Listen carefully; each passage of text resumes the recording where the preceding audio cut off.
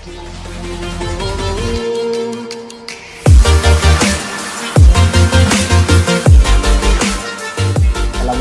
warahmatullahi wabarakatuh. Selamat malam rekan-rekan ya. Wah, ini menarik nih, rekan-rekan semua, sahabat-sahabat yang dimuliakan Allah Subhanahu wa taala.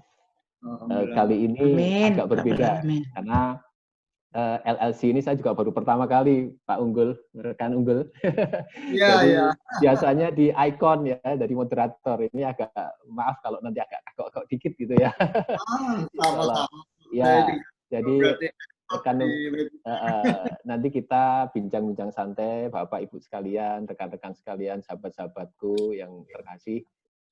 Kita kali ini akan temanya menarik tuh, karena masa pandemi masih belum berlalu, jadi stay at home-nya masih juga 50-50 dengan luar, tapi sekarang udah intensitasnya mungkin seminggu 75% sudah di luar begitu ya, tinggal 25% ya, 25% yang di rumah, terutama yang ini, kecuali kalau memang IT tertentu mungkin masih 50-50 bahkan habis 100%. Baik, kita sebelum mulai kita membaca basmalah bagi muslim dan agama lain untuk menyesuaikan. Bismillahirrahmanirrahim. Baik, rekan-rekan sekalian, sahabat-sahabatku setanah air, bahkan ini ada di luar negeri juga. Nanti mohon maaf kalau suaranya saya mute all kecuali rekan Unggul. Ya. Baik, saya tutup semua, bentar. Dan lain-lain yang ada di sana. Ya, supaya kita lebih fokus. Baik. Ya, betul.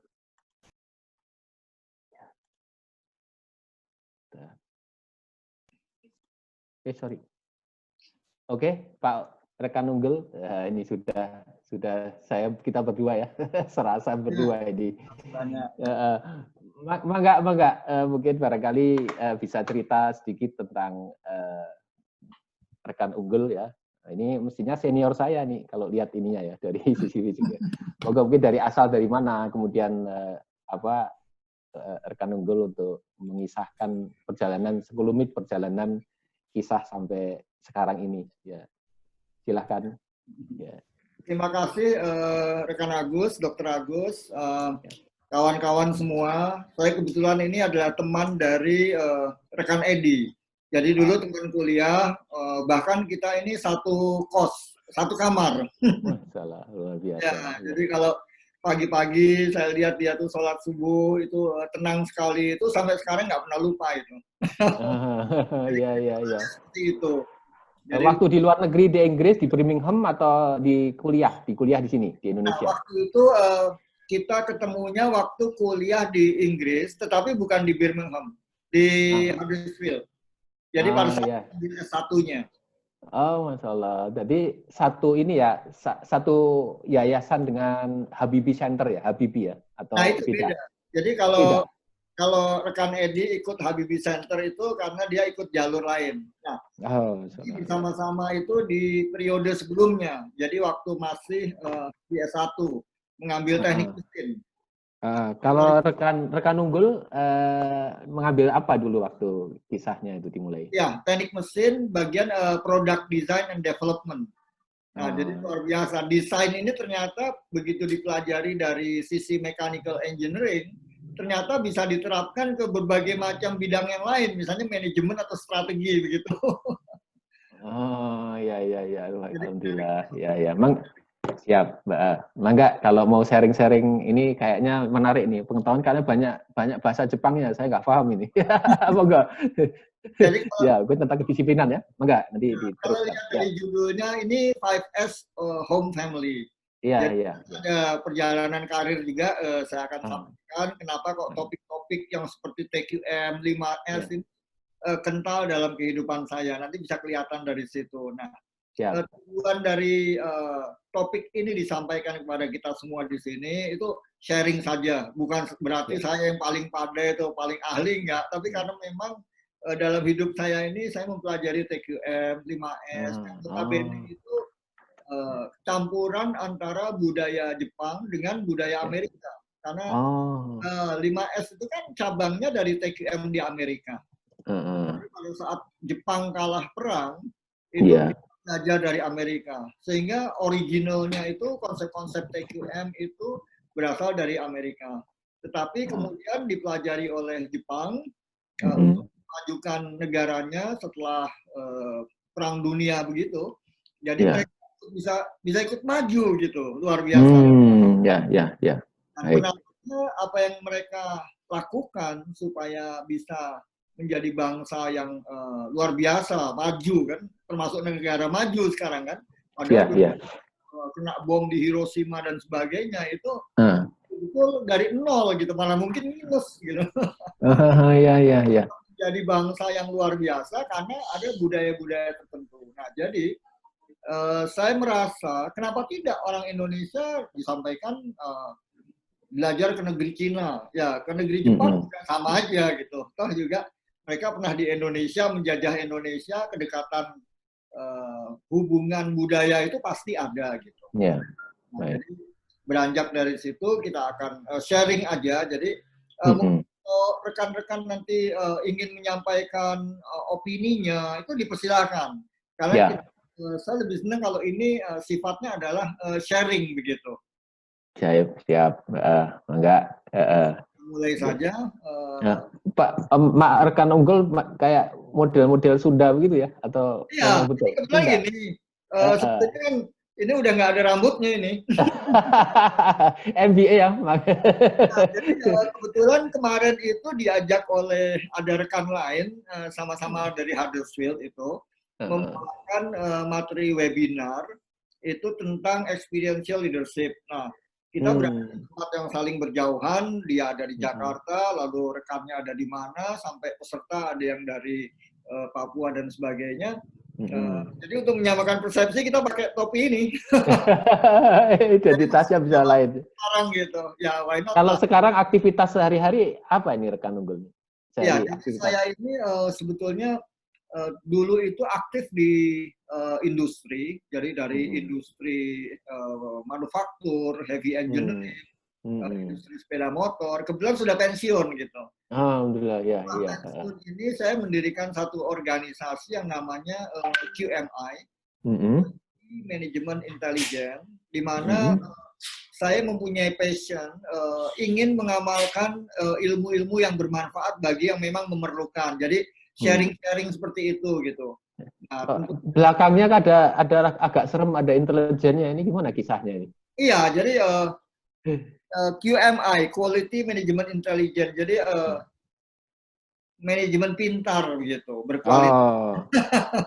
Jadi ya artinya semacam strategi. Kita punya objektif, katakan mungkin sebagai individu, sebagai keluarga, sebagai perusahaan itu punya objektif-objektif yang harus dicapai, perlu dicapai begitu. Nah, jadi kalau biasanya di perusahaan itu punya company objektif, presiden objektif, departemen objektif, nah itu bisa di sedemikian rupa cara-cara itu bisa diterapkan ke hal-hal lain gitu. Misalnya kita biasa baik di perusahaan, bekerja di industri, di company, lalu kita kepengen cara-cara itu bisa dikembangkan di keluarga juga, kenapa tidak? Nah, contohnya 5S ini. 5S itu kan kalau di pabrik merupakan strategi supaya meningkatkan produktivitas dan sebagainya. Nah, di rumah juga bisa. Jadi bagaimana konsep-konsep 5S atau TQM itu bisa dikembangkan di rumah juga. Gitu. Mungkin saya akan perkenalkan perjalanan karir saya, sehingga nanti bisa melihat kenapa kok saya ini passionnya ada di TQM related topik, salah satunya 5S, nanti ada TPM. Karena bergeser ya dari orang teknik menuju ke SDM ya begitu ya. Betul. Nah, itu ada SDM ya. Nanti akan saya sampaikan kepada kawan-kawan semua. Dan mohon maaf kalau memang ada kepingin menyampaikan opini, sharing ide, kebetulan terpikir sesuatu ingin mendiskusikannya, bisa langsung melambaikan tangan begini, nanti kita antisipasi. Nanti insya Allah kita durasinya maksimum sampai jam 9 kira-kira. Kalau ada tambahan ya nanti mohon izin ya, mohon maaf kalau ada maksimum jam 9. Enggak. Ya, diusahakan cukup. Jadi sekarang 19.44, 1 jam seperempat, saya pikir luar biasa sekali. Mohon untuk sharing screen. It's Saya akan 19:45. tampilkan slide saya dulu. Silakan. Terima kasih rekan Agus, Dr. Agus. Nah, ini judulnya mungkin sudah terlihat di layar. Jadi 5S Home Family. Dibuat sedemikian rupa di sini bahwa kita melihat sesuatu yang sederhana, tapi di balik kesederhanaan itu kita bisa mencapai banyak manfaat begitu. Nah, jadi 5S ini asalnya dari Jepang, dilambangkan dengan di sini adalah bunga sakura, sehingga kita mencoba meresapi apa-apa saja yang menjadi kebiasaan mereka begitu. Nah, saya lanjutkan lagi di sini. 5S itu sebetulnya singkatan akronim dari bahasa Jepang, Seiri, Seiton, Seiso, Seiketsu, Shitsuke. Kita nggak akan terlalu pusing menggunakan istilah-istilah itu, tetapi pada prinsipnya ini adalah penilaian visual. Jadi kalau biasanya dipakai di industri atau di pabrik atau di perusahaan, ini kita coba analogikan bisa diterapkan di rumah juga. Mungkin sebelum memulai begitu, saya ingin cerita sedikit tentang perjalanan karir saya. Kenapa kok seseorang dari dunia teknik ternyata bisa masuk ke manajemen seperti itu. Jadi boleh dilihat di sini tahun 89 saya memulai karir menjadi dosen di Politeknik Negeri Jakarta. Jadi selama 7 tahun saya berada di sana, menjadi juga kepala workshop, mempelajari juga konsep-konsep leadership, diterapkan langsung. Jadi baru lulus langsung jadi kepala workshop, itu sesuatu yang menurut saya luar biasa. Lalu di tahun-tahun berikutnya, selama 9 tahun, itu menjadi karyawan di Texmaco, sebagai manajer juga, sebagai dosen juga, kebetulan ditunjuk menjadi pembantu ketua beberapa bidang, pelatihan, kemahasiswaan, pelayanan industri. Waktu itu program-programnya merekrut 2.000 operator, sehingga pelatihan 1.600 operator saya tangani, lalu startup otomotif dan industri berat, lalu juga membuat program manajemen trainee, dan luar biasa di sini saya senang sekali karena waktu itu mendapat kesempatan untuk bisa mendukung program CBT, kompetensi based training, yang sinergi antara pemerintah Indonesia dengan pemerintah Australia. Lalu ada beberapa program dari Dikti. Nah, selanjutnya karena waktu itu kondisi memang kurang baik gitu, saya pindah ke beberapa perusahaan yang lain. Nah, di Texmaco ini saya mulai mengenal apa itu TQM, 5S, Kaizen, tetapi mungkin tidak terlalu kental ya. Jadi hanya mengenal istilahnya, lihat programnya, implementasinya seperti apa, tidak menjadi PIC langsung. Nah, setelah dari Texmaco saya masuk ke supermarket. Di situ juga melihat ada sedikit proses-proses quality management yang diterapkan di toko. Lalu di Raja Garuda Mas ini, itu juga melihat bahwa TQM itu dikemas dalam berbagai konsep yang lain. Salah satunya adalah Behavioral Culture Pillar, itu dari Amerika, Profesor Wayne Brockbank waktu itu inisiatornya. Saya menjadi PIC-nya, nah di sini mulai kental ini. Melihat bahwa sistem-sistem di korporasi atau perusahaan itu sangat menarik sekali, kita bisa kontribusi di sana. Nah, mengenai TQM 5S, itu saya menjadi PIC itu justru di TVS Motor Indonesia ini. Saya sebagai praktisi TQM HR di situ merangkap, menangani TQM juga, HR juga, menerapkan beberapa konsep-konsep TQM dengan turunannya. Nah, di sini mulai kuat ini.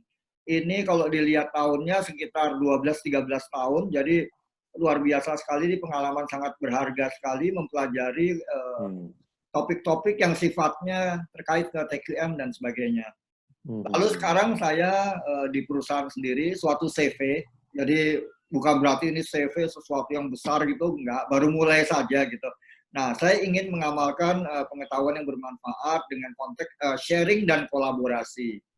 Jadi, keinginan itu bisa sama-sama kita nanti kontribusi membangun Indonesia gemilang. Jadi kalau ada topik-topik yang Amin. kita kolaborasikan, kita bisa gitu, Dr. Agus. Alhamdulillah, ya baik. Ya. Jadi saya punya konsep, kalau dengan kawan itu kita tidak menjadikan mereka target atau konsumen, tapi lebih menjadi mitra gitu. Jadi sebagai mitra kita bisa do something, ya kan? Ukhuwah Islamiyah atau ukhuwah keagamaannya bisa kita bangun bersama kayak gitu. Iya. Alhamdulillah nih. Kita mungkin akan bisa mengkolaborasikan suatu pekerjaan bersama untuk didedikasikan kepada perusahaan tertentu, nggak ada masalah juga kayak gitu. Nah, ini sekilas tentang perjalanan hidup saya, perjalanan karir saya. Nah, kalau dilihat dari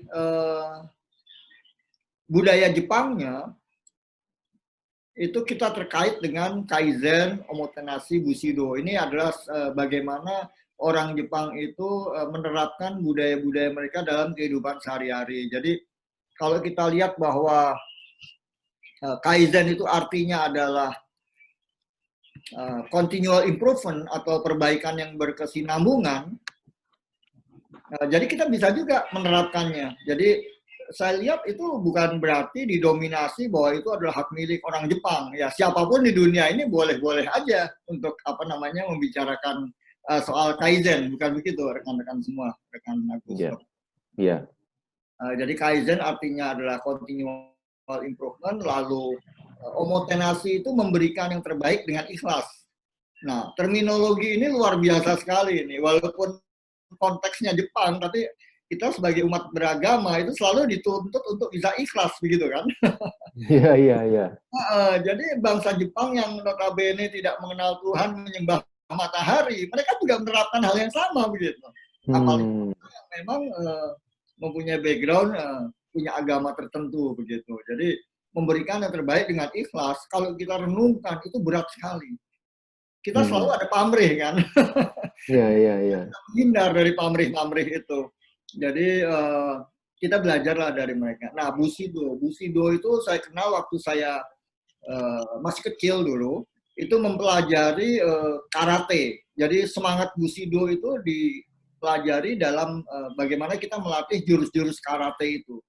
Jadi itu Bushido itu adalah semangat kerja keras yang diperlukan untuk mencapai suatu tujuan. Jadi kalau saya rangkai 3 konteks itu, Kaizen, Omotenashi, Bushido, saya pikir itu bisa diterapkan dalam keluarga, dalam konteks yang memang bisa lebih disesuaikan ke kita dalam keluarga. Begitu rekan Agus. Alhamdulillah, luar biasa ya. Jadi sifatnya universal ya. Iya, itu ya. Melihatnya budaya Jepang yang memang sudah dikemas demikian rupa, dikenal secara internasional, bahkan mungkin terminologinya dalam konteks-konteks lain itu sudah sangat terkait dengan eratnya begitu. Dalam Islam pun kan juga ada poin-poin itu kan, hanya nggak pakai nama-nama istilah Jepang tadi. Gitu. Ya.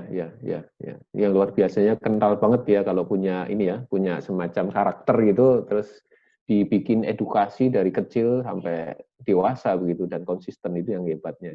Betul. Satu aja kita lihat continual improvement. Bagaimana keluarga kita, putra-putri kita bisa menerapkan konsep atau strategi continual improvement itu. Jadi secara perlahan bertahap itu mempunyai suatu pencapaian yang sedikit demi sedikit menjadi suatu keberhasilan yang luar biasa. Tadinya mengerjakan mungkin mampu kuantitinya 5, lalu menjadi 10, 15. Dalam produksi di perusahaan seperti itu. Kalau di keluarga mungkin konteksnya lain. Jadi ada disiplin waktu. Tadinya bisa sholat mungkin bolong-bolong, lama-lama bisa di-maintain menjadi sesuatu yang terus-menerus ditingkatkan gitu. Oke, apalagi ada semangat Bushido-nya tidak kenal menyerah, ya kan? Iya. Ulangan dapat 7, kepengen 10 misalnya, apa yang harus dilakukan? Ya belajar. Ya, tapi memang budaya Jepang ini nggak semuanya direkomendasi untuk dipakai gitu. Artinya ada lagi itu konsep bahwa Shigoto Shinaide, itu artinya berjuang sampai mati ya, kita kan nggak itu gitu. Jadi kita hindari aja. Mungkin kita lanjutkan, kita lihat slide. Silakan. Ya.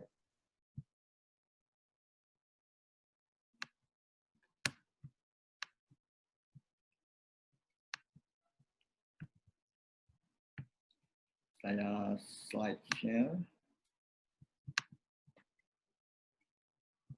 Mohon maaf nih.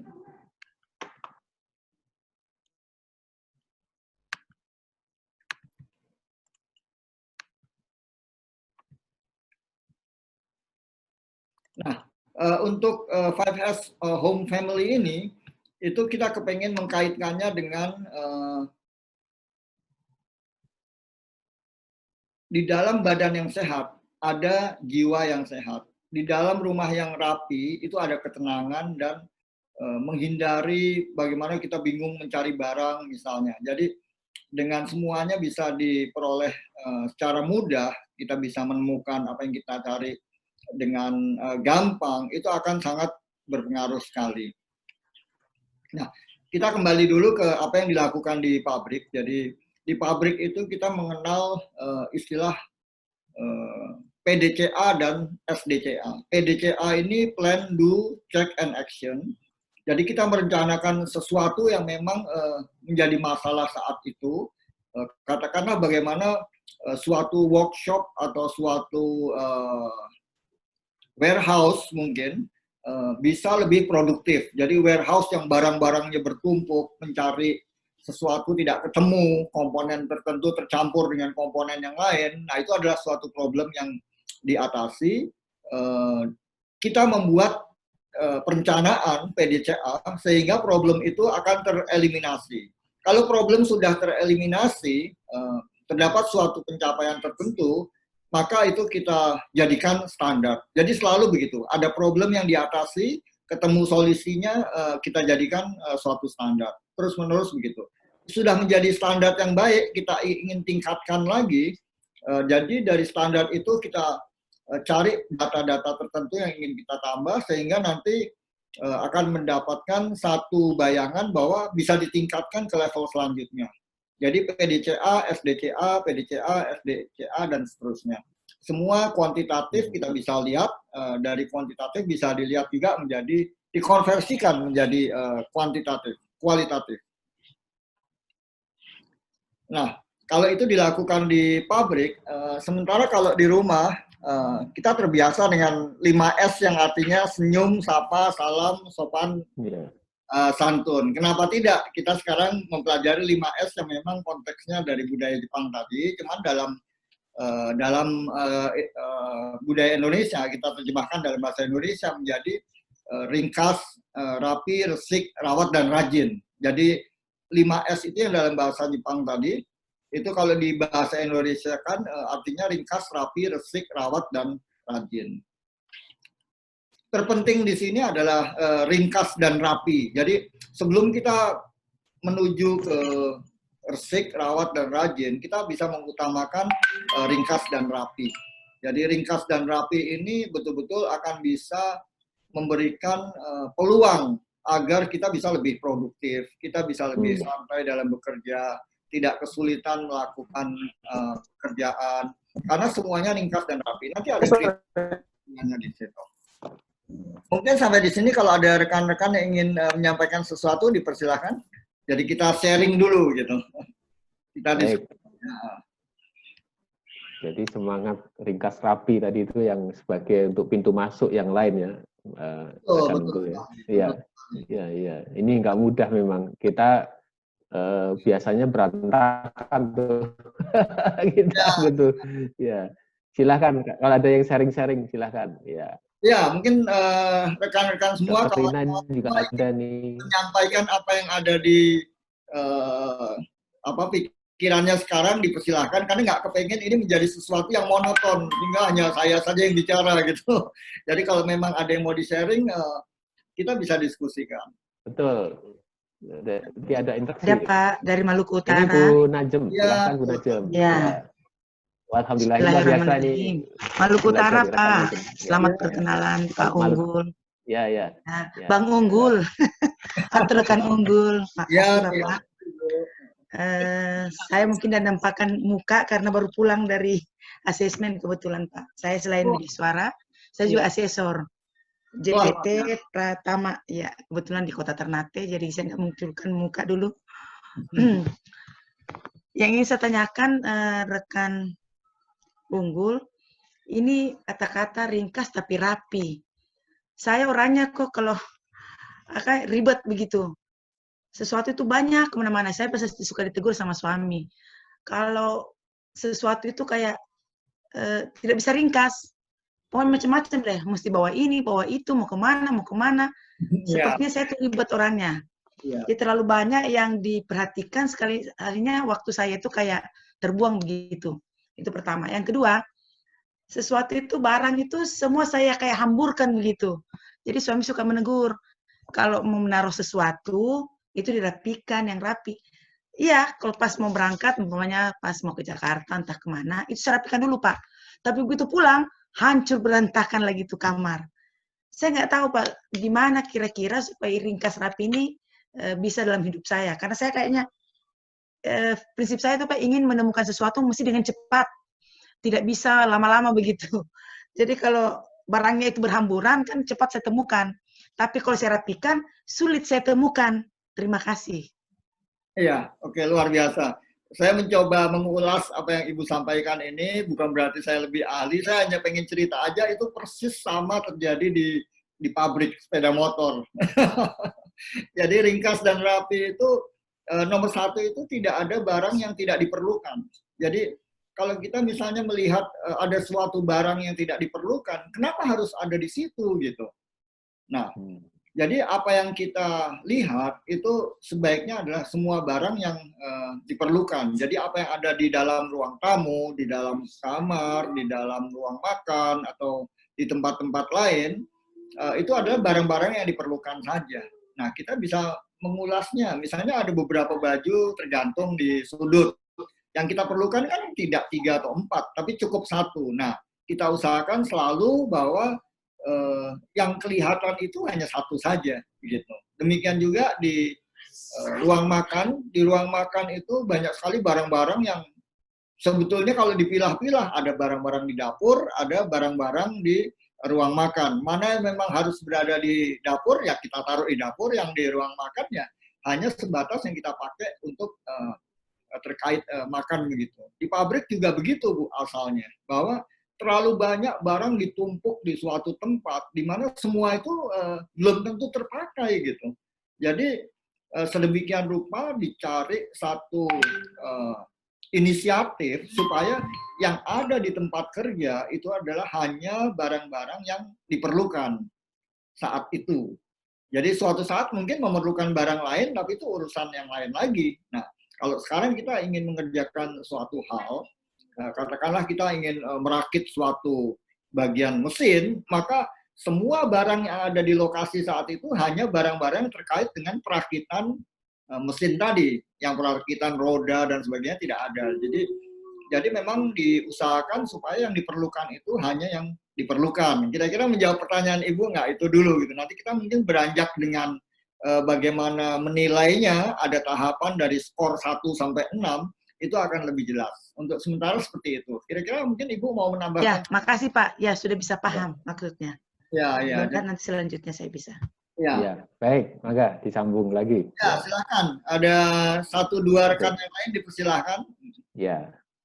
Jadi kita sharing, jadi bukan berarti saya lebih hebat. Pasti tentunya semua orang punya pengalaman di situ, ya dipersilakan. Jadi terjadi evolusi ya, yang tatanan-tatanan untuk mengatur pabrikan itu dimasukkan, dikemas untuk secara evolusi bisa dipakai untuk hal-hal yang praktis sehari-hari gitu ya, rekan gue.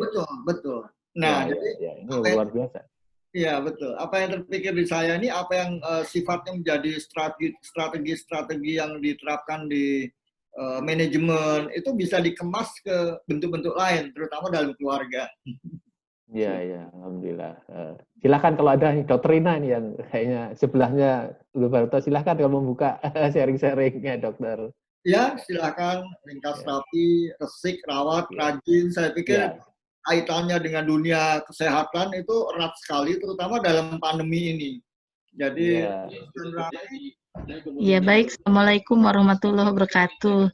Ya, ya ini luar biasa ya. Jadi resik dan rapi. Saya juga ini mirip Bu Mia tadi. Jadi, nah itu mindsetnya gimana ya merubah? Karena gini, seperti misalkan buku. Nah, saya tuh karena memang background saya kan lamanya dosen ya, sehingga memang banyak buku. Nah, jadi sampai berapa lemari gitu. Setiap mau mensortir, kelihatannya kok ini masih perlu gitu. Padahal itu tambah lama kan tambah banyak ya. Kenyataannya pada saat kita membuat buku atau misalkan mengupgrade apapun kan pasti akan mencari yang terbaru gitu. Walaupun memang beberapa untuk ilmu-ilmu yang sains kita akan menggunakan yang memang referensi yang memang yang lama ya, karena itu dasar gitu ya. Nah, ini saya selalu mau membuang itu selalu kok ini kayaknya suatu saat akan dibutuhkan, suatu saat akan dibutuhkan. Ya? Jadi sayang ya, Bu? Sayang. Jadi akhirnya, nah begitupun dapur, misalkan uang makan. Kadang misalkan ini sebetulnya keseharian tuh udah nggak maksudnya jarang dipakai, karena memang pasti yang dipakai itu adalah yang simple, yang apa gitu. Tapi suatu saat itu dibutuhkan gitu. Itu gimana merubah mindset ya, sehingga ya tadi betul Pak Agus. Jadi suka ada sayang gitu, padahal kapan difungsikannya misalkan jarang gitu ya. Nah itu bagaimana tuh merubah mindset, kemudian juga bagaimana kita bisa memilah sebetulnya, oh ini sebetulnya harus sudah tidak ada lagi, atau misalkan yang ini oke, karena suatu waktu misalkan dibutuhkan. Nah itu bagaimana? Ya. Saya udah kan ada gambar, kita sama-sama lihat saja di sini. Iya. Saya share gambarnya. Nah, kalau bisa dilihat di sini. Iya. Apa yang kita lihat di sini? Yang satu adalah model perpustakaan, yang satu lagi adalah model yang mungkin kita bisa taruh di ruang tamu, di ruang betul. Ya, jadi bukan berarti kita harus membuang semua yang tidak diperlukan. Mohon maaf, kalau di pabrik itu yang tidak diperlukan buang. Nah, misalnya ada generator yang sudah rusak, nilai ekonomisnya sudah tidak ada, itu tidak ada yang dibuang. Tapi kalau kita di rumah, kita punya buku sebanyak ini, kalau bisa dilihat di sini semacam perpustakaan, ya ini kita tempatkan di perpustakaan begitu. Oke. Tapi di mana kita ingin membaca buku, katakanlah kita punya ruang kerja tertentu, yang ini simple, Bu. Iya. Jadi dari situ kita bisa atur sedemikian rupa, bukan berarti kita harus membuang semua barang. Oke. Sayang begitu. Jadi kalau memang buku yang untuk ditaruh di perpustakaan, kita taruh di perpustakaan. Kalau yang kita ingin baca, itu ya kita taruh aja gitu. Iya. Di dekat tempat kita. Saya sendiri juga penggemar buku, kebetulan Ibu menyinggung. Kalau lihat kanan, itu tumpukan buku. Jadi itu tadinya bukan pajangan itu. Itu memang buku-buku yang saya perlukan. Saya kebetulan bukan pindahan ya. Saya punya rumah ada 2, yang satu di komplek, yang satu di pinggir jalan. Yang di pinggir jalan itu salon. Saya kerja begitu. Saya punya hobi lah gitu. Nah, pada saat dari rumah yang di kompleks itu pindah ke salon, beberapa buku saya bawa akhirnya saya tumpuk di tempat kerja saya begitu. Nah, jadi nggak semua, ya kan? Saya punya satu lemari besar juga isinya buku yang misalnya teknik mesin, saya nggak pernah baca lagi itu, karena saya tertarik ke buku-buku manajemen sekarang. Nah, mungkin itu bisa memberikan ilustrasi sedikit. Oke, baik. Unggul, mungkin saya sekali lagi Dr. Agus, Saudara Unggul. Saya itu bercampur antara buku, antara baju, antara apa, semua terhambur. Karena semua saya merasa saya butuhkan, mau cepat, mau gimana. Jadi perasaan saya kalau rapi, saya susah menemukan barang itu. Jadi saya hamburkan saja semua supaya saya gampang ambilnya. Kira-kira mindset tadi itu gimana kira-kira untuk mengubah perilaku yang seperti itu? Karena kalau lama saya dapat, saya uring-uringan Pak. Semua saya marah satu rumah. Jadi gimana supaya mencegah itu? Jangan suami jadi sasaran, anak jadi sasaran. Karena barang-barangnya kalau di ini, jangan dipindahkan, itu mama punya. Kan mama masih mau pakai. Nah, seperti itu Pak. Terima kasih. Ya, luar biasa sekali. Sama di pabrik juga seperti itu. Nah, kita punya tips-tips tertentu sebetulnya. Jadi kita akan sepakat bahwa apa yang memang kita perlukan itu perlu mudah ditemukan, gitu. Jadi kalau memang kita tidak perlukan, nggak perlu ada di tempatnya. Jadi pada prinsipnya ada satu kalimat seperti ini: semua barang ada tempatnya, dan semua barang berada pada tempatnya masing-masing, gitu. Jadi kalau sepatu tentunya di rak sepatu, dan kalau ada sepatu pasti dipasang, disimpan di rak sepatu, begitu. Jadi semua barang ada tempatnya dan semua barang berada di tempatnya. Mungkin bisa dibayangkan Bu ya. Jadi semua barang ada di semua barang bisa. Di tempat. Semua barang ada di tempatnya. Ada pada tempatnya. Simpan pada tempatnya masing-masing. Simpan pada tempatnya. Ya, konsep itu aja dulu sederhana. Karena pasti ada tempatnya. Gantungan, mohon maaf, kunci mobil, tempatnya di mana? Kita bisa cantelkan misalnya di tembok, ya kan, atau di meja. Nah, kita akan selalu disiplin bahwa kunci mobil tempatnya di meja dan selalu berada di meja. Jadi mudah kita temukan, gitu. Ya, dan itu berulang-ulang ya, Kak Nunggul ya. Ya, itu dilakukan berulang-ulang terus ya, dan jadi kebiasaan ya, jadi bawah sadarnya begitu ya. Oh, jadi habit ya Pak, jadi habit. Betul. Ya, jadi habit. Kalau kebiasaannya, kan kebiasaannya kan kalau kita naruh kunci kan begitu datang itu kan di meja, kadang di meja makan, kadang di. Iya Pak, iya benar. Ya itu. Akhirnya Pak jadi terlambat. Ya, karena bingung mendapatkannya. Ya. Nanti perlu di tapping itu Bu, masuk di icon di tapping. Iya, dengan tapping lebih enak lagi, kita lebih tenang. Iya. Kita bisa merasa santai, dan yang terpenting kan aliran darah lancar, kita berpikir jernih. Nah, apalagi ditambah dengan sistem bahwa segala sesuatunya itu tidak sulit ditemukan gitu. Jadi buku yang kita perlukan ya sudah ada pada tempatnya, kita tinggal ambil baca. Tidak bercampur dengan berbagai macam buku lain yang kita koleksi selama bertahun-tahun gitu. Jadi kita selalu hanya memilih beberapa buku saja yang kita memang prioritaskan untuk dibaca. Ini ada komentar di chatting nih kaitan dengan tadi itu ya. Ya, silakan. Kalau Bu Rika ngomong ya, saya jadi teringat waktu masih aktif kerja di PT Dirgantara Indonesia di Bandung. Selalu diimbau untuk melaksanakan 5R tadi itu di setiap direktoral plus gugus kendali mutunya. Jadi hanya pernyataan saja bahwa itu jadi kebiasaan juga di seluruh direktorat. Kemudian dari Pak Rinaldi Bakri, sangat menarik. Saya punya kelemahan selalu enggan membuang barang yang nggak kepake.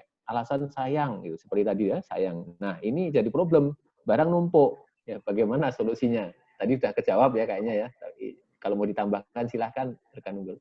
Iya. Jadi begini, membuang barang itu luar biasa sekali, sulit dilakukan. Nah, sebetulnya kita sebagai umat beragama, maaf mungkin saya juga beragama Islam, kita ini istilahnya dituntut untuk bisa hemat, praktis, jadi sederhana, tidak terlalu terpengaruh oleh begitu banyaknya hal-hal yang menumpuk di sekitar kita. Jadi, mungkin dalam bahasa formalnya mau pakai kata greedy atau rakus. Artinya kalau kita begitu banyak memerlukan barang-barang yang kita tidak perlu, itu saya akan membuat pikiran kita juga tidak tenang gitu. Jadi seperti dalam kehidupan sehari-hari, pada saat kita ingin mengerjakan sesuatu, bisa disetujui gitu oleh kita semua pastinya bahwa kita hanya bisa mengerjakan satu hal dalam suatu waktu tertentu gitu. Jadi kalau kita makan ya mungkin kita hanya perlu sendok dan piring dan lauknya. Kalau kita ingin membuat laporan, kita butuhkan adalah laptop seperti itu. Atau mungkin pada saat kita ingin bepergian, kita siapkan apa-apa. Nah, tidak lebih dari itu. Nah, sementara kalau misalnya katakanlah buku saja, itu bisa dikelompokkan ke beberapa kategori. Buku yang memang sudah kita tidak perlukan, pasti ada. Jadi mungkin saya contoh, saya dulu dosen, buku-buku teknik mesin saya bertumpuk-tumpuk, Pak. Karena dari zaman kuliah itu kan dibiayai pemerintah, plus termasuk diberikan buku-bukunya. Nah, buku-buku itu masih saya simpan, tetapi tidak dalam kehidupan sehari-hari yang sekarang ini tidak saya perlukan lagi. Itu saya taruh di perpustakaan.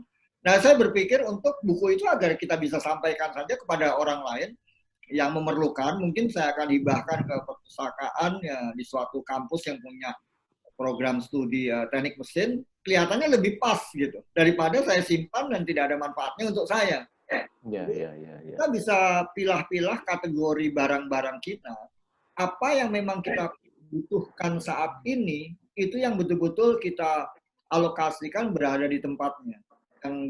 Yang dalam konteks tadi, semua barang ada tempatnya dan semua barang ada pada tempatnya. Sederhana saja, kalau kita hanya perlu kunci mobil, topi atau helm untuk naik motor, ya itu berada di tempat yang mudah ditemukan seperti itu. Nah, bahkan saya pernah teringat ya,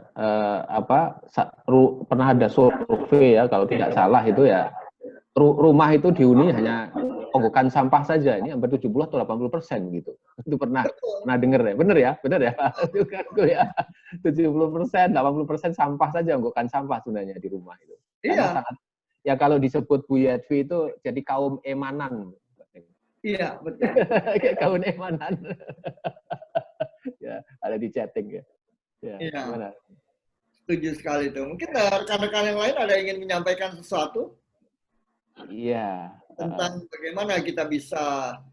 diteruskan dulu, barangkali diteruskan supaya ada komprehensif pengetahuan. Silahkan. Saya teruskan ininya, materinya. Nah, ini nih ada yang bertanya nih, emanan. Emanan tuh bagaimana tuh? Itu orang Sunda ya. Kalau bahasa Jawa itu eman. Eman itu sayang begitu ya? Ya, sayang ya. Mau dibuang sayang gitu tadi. Siapa kira-kira rekan-rekan yang bisa menjelaskan emanan tadi? Oke, kalau gitu. Bu Yadvi, ini kaum emanan. Kaum emanan ini tadi bisa dijelasin. Orang Jawa, Pak, punten. Jadi kan kalau orang Jawa eman itu sayang gitu loh. Sayang untuk kebuang. Jadi kita tuh nanti takut kepake lagi gitu. Jadi kita tuh ngerasa kaum emanan itu sayang-sayang barang buat dibuang. Iya. Ya, inilah makanya banyak ada bisnis kayak OLX yang ada barang-barang bekas juga, ini jadi duit ya. Emanan transfer jadi duit ya sekarang ya. Betul. Enggak, rekan Nunggu bisa diteruskan ya. Ya, terima kasih.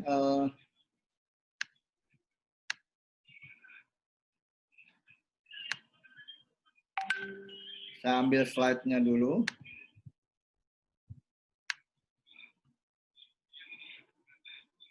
Ini ada Pak Ihsan dari Tuban. Pak Unggul, dalam 5R ada istilah peta radar 5R dan SGA, Small Group Area. Mohon pencerahannya. Bagaimana meningkatkan sprint 5R agar semangat 5R tetap terjaga konsisten. Nah, ini nanti ya, materinya lanjutannya nih ya, silahkan. Ya, mungkin saya lanjut dengan apa yang saya mau share dulu ini. Ya, kayaknya materinya. Ya. Nah, jadi di sini... sama seperti di pabrik juga, kita bisa menerapkannya di rumah, yaitu pantauan standar visual. Beberapa tips ini yang biasa dilakukan di pabrik, itu bisa diterapkan di rumah. Nomor 1, kita akan membuat scoring dari 1 sampai 6. Jadi, skor 1 itu dengan mudah kita berikan kepada situasi di mana ditemukan barang-barang yang tidak diperlukan. Jadi misalnya kita berada dalam kamar tidur, lalu kita bisa melihat ada sepatu di situ. Nah, sepatu ini tidak diperlukan di dalam kamar tidur. Jadi bagaimanapun rapinya, kalau masih ada barang yang tidak diperlukan di tempat itu, maka skornya adalah 1. Jadi misalnya di ruang tamu ada helm. Nah, kenapa helm ada di ruang tamu? Apakah helm diperlukan di ruang tamu? Tentunya tidak. Nah, itu skornya langsung 1. Nah, dari pantauan skor yang biasa dilakukan di pabrik atau perusahaan, itu bisa kita bawa ke rumah. Jadi jangan sampai ada ditemukan barang yang tidak diperlukan. Nah, selanjutnya skor yang kedua. Skor yang kedua, tidak ada barang yang tidak diperlukan, yang ada hanya barang-barang yang diperlukan. Nah, jadi ini udah naik tingkat ini. Jadi kalau misalnya kita melihat bahwa di suatu tempat itu hanya ada barang-barang yang diperlukan, maka kita naik skor menjadi 2. Dari 1 menjadi 2. Nah, ringkas dan rapi. Ringkas dan rapi ini masuk ke skor 3. Semua barang ada tempatnya dan berada di tempatnya jumlahnya pas. Kalau diperhatikan 3 tingkatan ini semua berbeda-beda dan makin lama makin baik.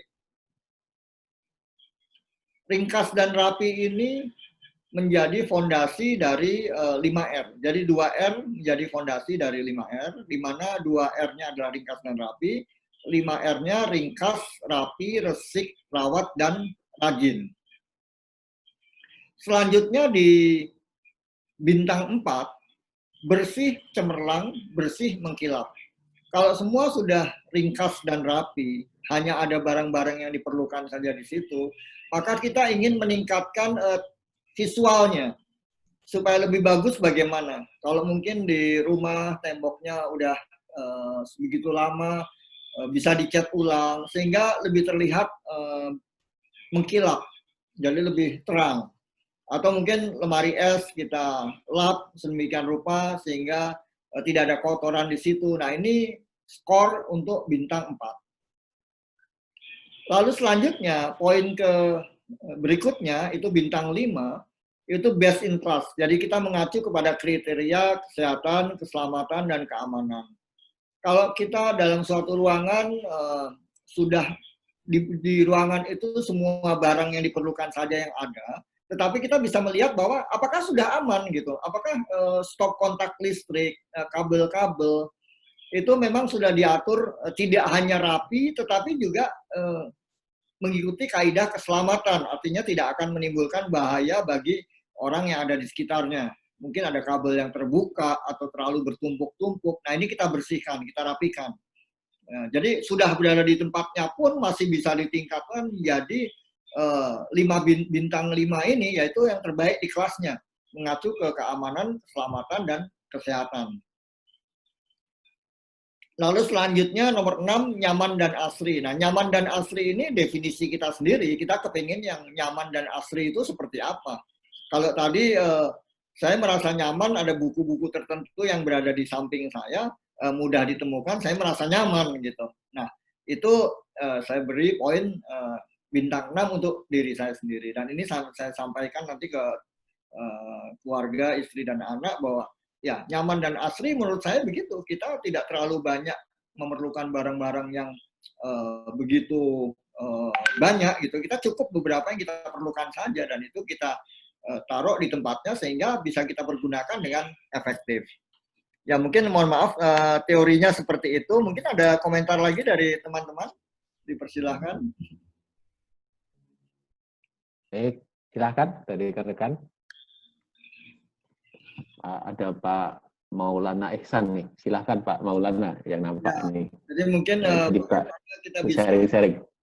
Implementasi 5R di rumah ini. Nilai-nilai ya, memang. Wah, kalau kayak skor begitu, waduh kita masih di bawah terus sih, di bawah 3 semua. Itu menariknya.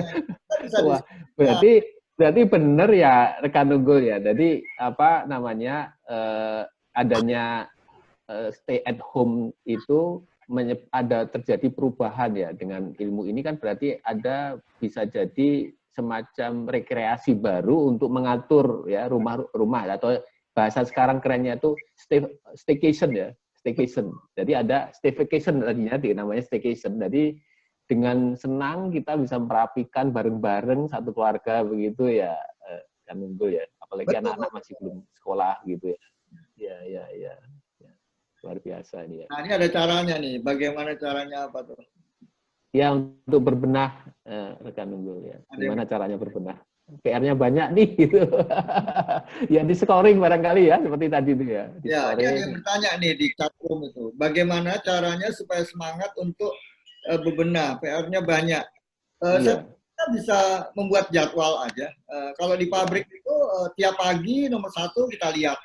Kira-kira situasinya seperti yang diinginkan nggak untuk standar memulai suatu aktivitas begitu. Di rumah juga begitu kita lihat. Mungkin kita punya laptop, kita punya buku-buku, kita punya target untuk membuat suatu materi, misalnya dosen. Nah, hanya barang-barang itu aja yang kita akan akses begitu. Ya. Jadi kita mungkin dari tempatnya kita ambil, kita taruh di meja kerja kita, sehingga di meja kerja kita hanya barang-barang yang diperlukan. Pada saat kita selesai melakukan itu, meja kosong. Meja kosong tidak ada apa-apa, karena kita nggak boleh menumpuk terlalu banyak dokumen gitu. Kita lihat, sering melihat di suatu office dari pejabat, itu tumpukan bertumpuk seperti itu. Itu sebetulnya kalau dilihat, yang kita butuhkan hanya 1 lembar kertas aja at a time pada suatu waktu.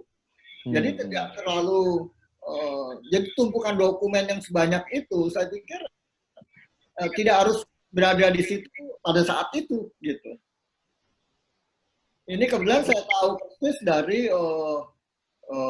Presiden Direktur TVS Motor di India, orang India. Dia tiap hari itu mejanya kosong. Dan pada suatu saat tertentu hanya ada 1 lembar kertas yang memang menjadi fokus untuk diskusi dia, target dia. Sehingga selebihnya nggak ada barang lain lagi. Jadi selalu begitu. Ya dia enak punya sekretaris, dia bisa dibantu.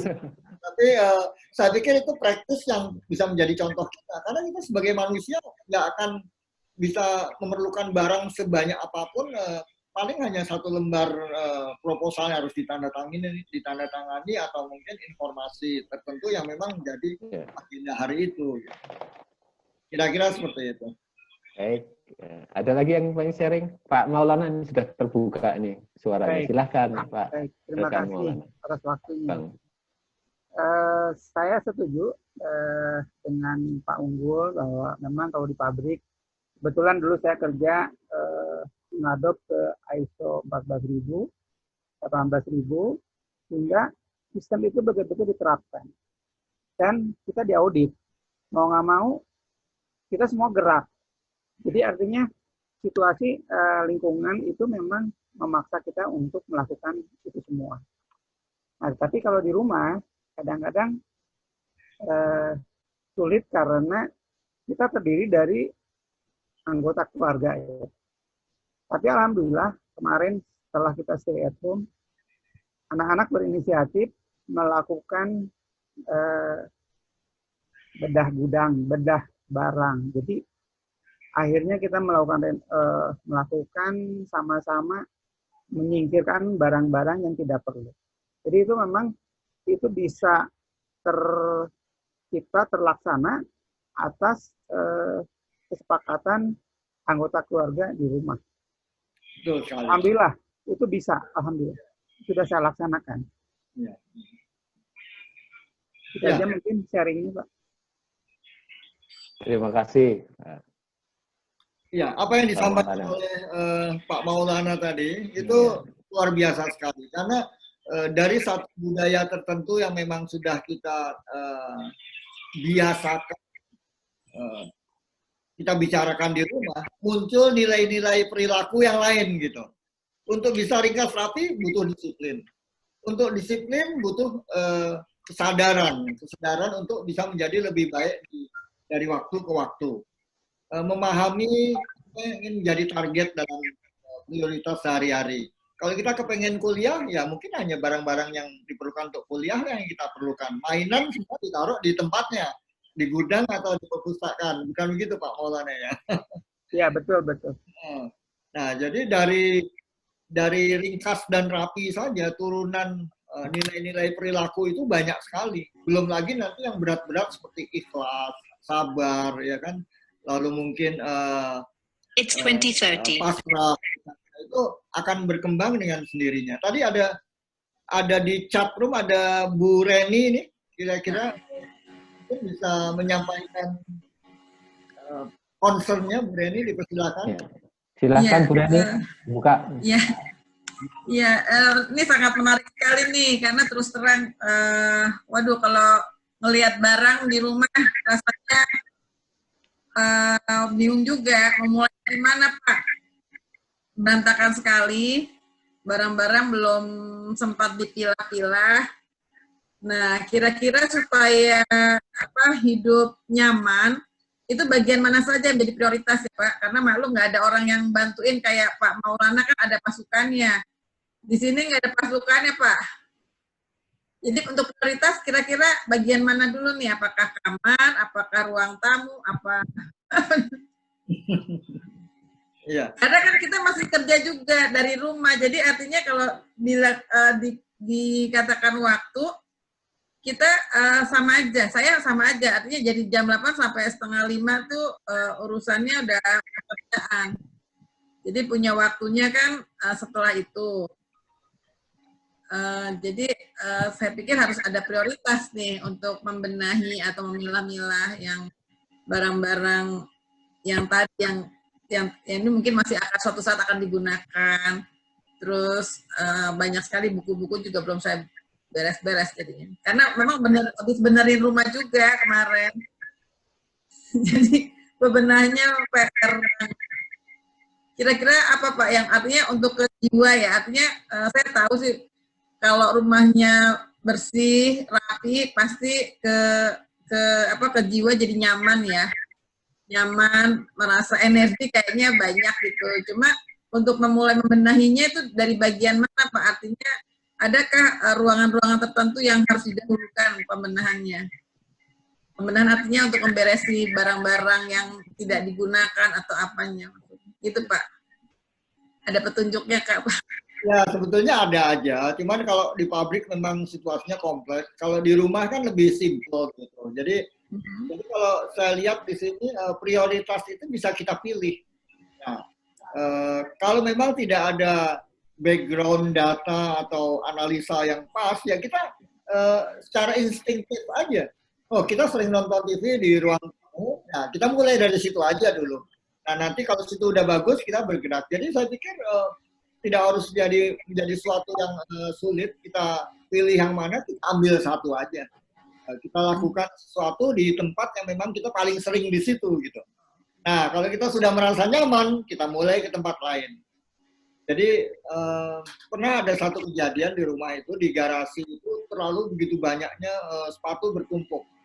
Jadi, sepatu saya, sepatu anak-anak itu ditaruh di garasi dalam rak. Nah, saya waktu itu langsung melihat ya ini saya beresin aja kayak gitu. Setelah saya bereskan, saya merasa nyaman kan. Nah, itu nanti pindah ke tempat lain. Jadi kalau di rumah tentu tidak sekompleks di pabrik. Kalau di pabrik itu betul-betul dilihat dari skor. Jadi skor yang skornya tinggi, yang skornya paling kecil, yang banyak poin satunya, banyak barang yang tidak diperlukan berada di suatu tempat, itu dieliminasi terlebih dahulu. Jadi dari yang skornya rendah, kita meningkat ke skornya baik. Nah, itu di pabrik. Kalau di rumah saya pikir ya suka-suka kita lah gitu. Yang jelas kita disiplin, ada jadwal. Jadi kalau satu udah beres, ya kita pindah ke tempat berikutnya. Tapi kalau mungkin di keluarga ini anggotanya banyak, luar biasa. Kita bisa kompetisi di situ. Saya skornya 5. Ibu tadi menanyakan di chat room itu, di tulisan itu bagaimana supaya semangat. Tapi ini untuk yang memang di rumah itu rame, itu kita bisa klaim bahwa saya skornya 4, yang ini skornya 5. Ada yang kamu bilangnya 3, tapi ternyata itu bukan 3, bisa aja 2. Nah, dari situ untuk memberi semangat, ya mungkin kita sebagai orang tua kita bisa kasih hadiah gitu. Yang skornya paling bagus, secara visual kita juga semua baik, kita beri hadiah. Nah, ini kita bisa melakukan itu karena kita bisa mengkonversi dari visual menjadi kuantitatif, angka, skor gitu. Dan kita bisa secara logika mempertahankan skor itu dengan tentunya pemahaman bahwa saya di tempat saya semua barang sudah berada di tempatnya. Kenapa kok skornya nggak bisa naik? Nah, nanti akan ada argumen positif dari yang lain. Nah, mungkin kalau kita sendiri secara pribadi, kita bisa memikirkan itu, membayangkan itu di kepala kita. Ruangan ini skornya berapa, ruangan ini skornya berapa. Nah, ada bagusnya kita improve apa yang memang, maksudnya ada bagusnya kita meningkatkan suatu kondisi apa yang kita paling suka. Jadi kalau kita paling suka berada di ruang tamu, di situ kita mungkin mengaji, kadang-kadang nonton TV, ya itu kita prioritaskan aja dulu. Nah, kenapa? Karena kalau kita kalau kita fokus pada hal-hal yang kurang menyenangkan kita, nanti akan jadi suatu kesia-siaan gitu. Jadi kita pilih apa yang paling kita senangi aja. Itu sekedar saran aja, bukan berarti saya juga tiap hari selalu sempurna melakukan itu. Gitu. Iya. Tapi saya ingin menganalogikan kebiasaan yang dipakai di manajemen industri, itu kalau diterapkan dalam keluarga itu kayak apa? Kaitannya kepada nilai-nilai perilaku itu erat sekali. Gimana kita bisa sabar, meluangkan waktu, kita bisa ikhlas mengerjakan apa yang kita enggan sekali gitu. Tapi kalau kita membayangkan bahwa kita ingin mendapatkan yang terbaik dari tempat kita, saya yakin semua itu akan hilang. Apalagi kita bisa ikhlasnya. Iya. Seperti itu. Apakah itu gambaran kepada Ibu Reni? Iya, betul Pak. Itu memang saya pernah juga dengar seperti kayak seminar, bukan seminar, ya kayak webinar gitu ya, mengenai sebenarnya kalau dengan barang bertumpuk, tidak beraturan, dan ada banyak yang tidak bermanfaat, itu bisa menyerap energi, katanya seperti itu. Jadi kita jadi pecah. Mungkin ngelihat berantakan juga semangat tuh ini. Nah, emang yang perlu kita mesti disiplin, konsisten, komitmen dengan apa yang kita mau lakukan mungkin kali ya. Betul. Ya, tadi di chat ada Pak Ihsan Tuban menyampaikan mengenai 5R dan SGA. Mungkin bisa menyampaikan kepada kami semua di sini apa yang dimaksud gitu. Nanti kita akan review bersama, kita ulas bersama. Silahkan Pak Ihsan. Bapak Ihsan, bisa dibuka. Assalamualaikum warahmatullahi wabarakatuh. Waalaikumsalam warahmatullahi wabarakatuh. Waalaikumsalam. Saya pernah dapat pelatihan dari Naker, itu small group area. Misalnya di pabrik itu misalnya ada 100 orang. Itu kita bikin grup kecil-kecil gitu lah. Dibikin jadi dibikin kelompok-kelompok. Jadi ada SKA 1, SKA 2, SKA 3. Orang itu mungkin sekitar 5 orang atau sampai 10 orang gitu lah. Itu ada pelatihan dulu dari Depnaker Pak, Depnaker Surabaya. Mungkin itu untuk di pabrik Pak. Terus juga ada peta radar itu bagaimana menilai kondisinya itu batu itu sudah bagus, sudah bersih. Itu toolnya tuh pakai peta radar. Cuman saya itu kurang begitu jelas itu peta radar itu bagaimana Pak cara melihat bahwa lokasi kerja kita tuh sudah bagus gitu. Itu Pak Unggul, terima kasih. Assalamualaikum warahmatullahi wabarakatuh. Ya, waalaikumsalam warahmatullahi wabarakatuh. Ini bagus sekali karena memang yang disampaikan oleh rekan Ihsan tadi itu memang terjadi sehari-hari kan. Nah, kalau di pabrik, peta radar itu dalam konteks scoring tadi. Jadi, saya pernah menjadi PIC di suatu perusahaan motor. Di situ dalam pabrik itu dibagi-bagi alokasinya. Jadi ada daerah zona-zona tertentu, ada zona produksi, ada zona office, ada zona gudang, ada zona laboratorium. Nah, itu ditunjuk PIC atau siapa yang bertanggung jawab di situ. Nah, dari katakanlah kita punya 10 area, 10 area ada PIC-nya dan ada scoring-nya. Nah, jadi kalau peta radar itu mungkin saya jarang pakai terminologi itu, tetapi yang jelas apa yang terjadi di suatu pabrik itu, di mana ada beberapa area tadi, itu direkam dalam suatu dashboard. Jadi kita bisa melihat itu di suatu rangkuman. Jadi paling mudah kita bisa melihat itu muncul dalam PC, di layar komputer kerja kita. Jadi area 1 skornya berapa, area 2 skornya berapa, area 3 skornya berapa. Nah, dari semua scoring yang ada, manajemen akan memberikan dukungan atau mungkin teguran. Kenapa misalnya di laboratorium skornya minggu lalu 4 menjadi sekarang skornya 3 turun. Nah, itu akan diminta untuk bisa menjelaskan gitu. PIC-nya diminta untuk bisa melakukan paling tidak skornya tetap tidak turun. Nah, kalau di rumah, saya pikir jelas bahwa kita bisa memberikan otoritas kepada pemilik area. Jadi misalnya anak-anak punya kamar masing-masing, otomatis ya yang punya kamar nomor 1, si A, putra kita atau putri kita, ya dia bertanggung jawab di area situ. Mungkin di dapur itu istri, di garasi suami, ya kan, di ruang tamu mungkin tanggung jawab semua. Ya kita bisa berikan otoritas kepada masing-masing dari kita seperti itu. Apakah kira-kira bisa memberikan gambaran kepada itu seperti itu, Pak. Ya, betul Pak Unggul. Arahnya seperti itu. Ya. Terima kasih pencerahannya Pak Unggul. Ya, sama-sama. Ya. Baik. Ini ada sharing dari Bu Badriwati. Silahkan Bu Badriwati, tadi juga sempat raise hand ya. Bisa sharing ke kita tentang yang dialami beliau juga. Jadi dia sarankan saja. Ya, enggak Bu. Silakan. Assalamualaikum Pak. Ya, waalaikumsalam. Saya dari Sumbawa nih Pak. Mohon maaf ini enggak saya. Alhamdulillah, luar biasa. Ya, Baru ini saya ini lagi pertama kali nih saya gabung nih. Oh gitu. Oh, nggak apa-apa Bu. Ya. Ya, jadi menurut pengalaman saya ini, saya juga orangnya kan suka suka sibuk gitu. Jadi untuk halo? Ya, kami mendengarkan. Suaranya terdengar. Jelas Bu. Ya. Jadi Bu Wati jelas.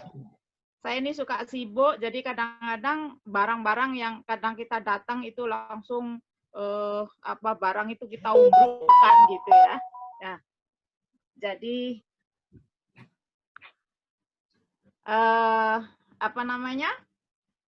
saya mesti menyediakan waktu, gitu Pak. Saya menyediakan waktu sehingga nanti satu saat gitu, satu hari gitu ya biasanya saya kumpulkan barang-barang itu, saya seleksi gitu. Terus seperti yang diutarakan sama Pak Unggul, bahwa memang kita harus disiplin gitu. Itu intinya. Jadi barang-barang yang biasanya saya simpen gitu karena eman tadi itu satu saat pasti ada diperlukan. Seperti itu. Bisa didengar, Pak? Bisa, luar biasa. Dengar, bisa. Saya anak saya juga suka protes itu.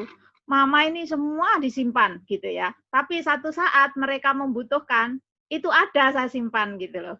Jadi saya biasa itu karena eman tadi itu, jadi saya pilah-pilah mana yang umpamanya untuk barang-barang seperti perkakas yang untuk berkebun sendiri, untuk yang jahitan sendiri, yang dapur umpamanya sendiri gitu. Jadi itu barang-barang itu nanti satu saat ada saja itu yang memerlukan itu. Nah, dan kadang-kadang seperti ini, saya suka keterampilan pokoknya. Kita simpen kawat-kawat bunga yang tidak pernah dipakai. Ternyata satu saat saya memperbaiki pagar, kawat kecil itu terpakai gitu. Ya, seperti itu. Jadi memang kita harus teliti, kita harus apa namanya ya, itu bisa ingat gitu loh, bisa ingat kita di mana barang itu kita simpan gitu. Banyak gunanya memang. Jadi memang sifat eman itu memang bermanfaat sebetulnya.